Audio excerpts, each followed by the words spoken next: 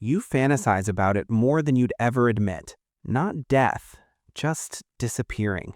Deleting every account, leaving no forwarding address. Starting over where no one knows your name, your history, or your failures. Where you could finally breathe without the weight of everyone's expectations pressing down on your chest. This isn't depression. This is exhaustion from being perceived. People who secretly want to disappear aren't running from life.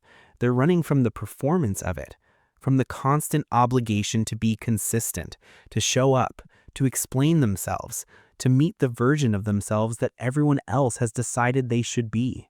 You've built this identity over years, layer by layer, through social media posts, through career choices, through relationships that defined you. And now that identity feels like a cage because you've changed. You've outgrown it, but everyone around you still sees the old you, still expects the old you, and the gap between who you are and who they think you are has become unbearable. So you dream of vanishing, of shedding that skin completely, of walking away from every obligation, every relationship, every commitment that ties you to a self you no longer recognize.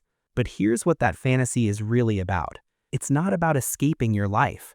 It's about escaping the surveillance of it, the feeling that you're always being watched, judged, measured against the person you were yesterday, last year, 5 years ago. Social media made disappearing impossible.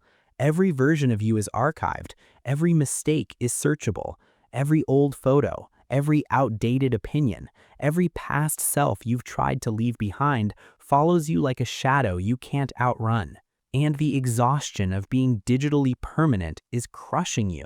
You want to disappear because you want permission to become someone new without having to explain the transformation, without having to justify why you're different, without disappointing the people who loved the old version. You want the freedom to change without an audience analyzing every step. This desire intensifies when you're in transition, when you're between identities, between careers, between relationships, between versions of yourself. The in-between is where the urge to vanish lives, because in that space you don't know who you are yet, and pretending for everyone else becomes unbearable. But here's the cruel truth. You can't disappear from yourself. You can delete your accounts. You can move across the country. You can cut everyone off and start fresh.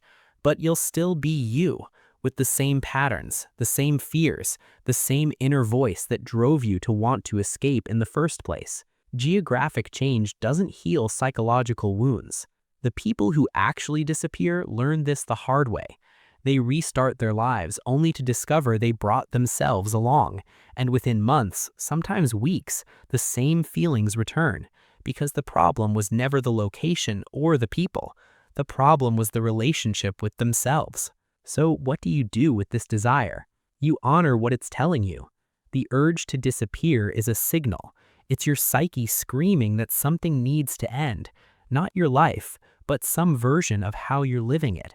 Some relationship, some job, some identity, some way of being that no longer fits. Instead of vanishing completely, you disappear selectively. You practice what psychologists call identity pruning.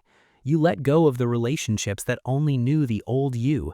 You stop performing for people who refuse to see your evolution. You delete the digital history that no longer represents who you're becoming. You create space for the new self to emerge without burning everything down in the process. Because the version of you that wants to disappear isn't weak, it's wise.